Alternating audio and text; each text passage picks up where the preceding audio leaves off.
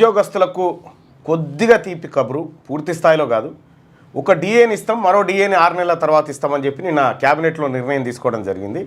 తద్వారా సుదీర్ఘకాలం నుంచి ఉద్యోగస్తులలో ఉన్నటువంటి డిమాండ్లో ఆర్థికపరమైనటువంటి అంశమైనటువంటి ఈ డిఏలు పెండింగ్ బకాయిలు అనేటువంటి అంశం నిన్న క్యాబినెట్లో చర్చకు వచ్చిన ధర్మిలా ఒక డిఏ ప్రస్తుతం వెంటనే రిలీజ్ చేస్తాం, మరొక డిఏను 6 నెలల తర్వాత ఇస్తామనేటువంటి మాట చెప్పారు. అయితే అయినప్పటికీ కూడా డిఏలు పెండింగ్లోనే ఉంటాయి. అయినప్పటికీ కూడా డిఏలు పెండింగ్, మళ్ళీ ఇంకో డిఏ వస్తుంది. సో అవన్నీ పెండింగ్లోనే ఉన్నాయి. అయితే రిటైర్మెంట్ బెనిఫిట్స్ ఏవైతే వాళ్ళకి రావాల్సిన బకాయిలు ఉన్నాయో దాదాపు ప్రతి నెల 700 కోట్ల రూపాయలు విడుదల చేయడం కోసం రాష్ట్ర ప్రభుత్వం నిన్న నిర్ణయం తీసుకుంది క్యాబినెట్లో.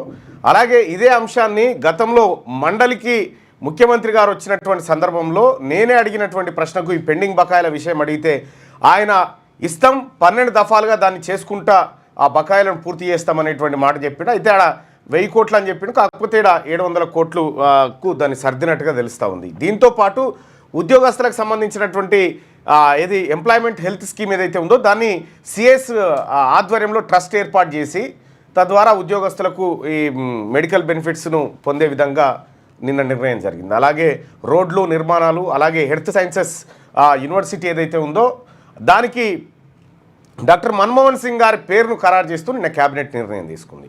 సో ఇట్లా చాలా దాదాపుగా నిర్ణయాలు జరిగినాయి.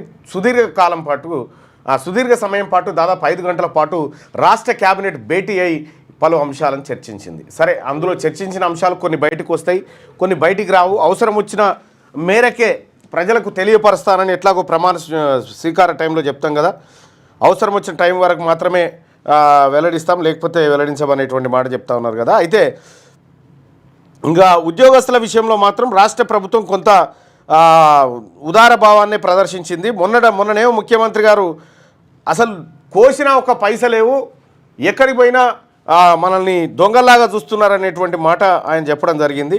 అయినప్పటికీ కూడా దాన్ని కొంతలో కొంత సరి చేసే కార్యక్రమం అయితే చేసిరు. ఉద్యోగస్తులు మరి దీంతో సంతృప్తిగా ఉన్నారా అంటే వాళ్ళు కనీసం 2 డిఏలన్నా ఇప్పుడు రావాలని అడిగారు. కానీ ఒకటి మాత్రం రాష్ట్ర ప్రభుత్వం ఒక డిఏ అలాగే మరో డిఏని 6 నెలల తర్వాత ఇస్తామని చెప్పింది. ఇది రాష్ట్ర క్యాబినెట్కి సంబంధించినటువంటి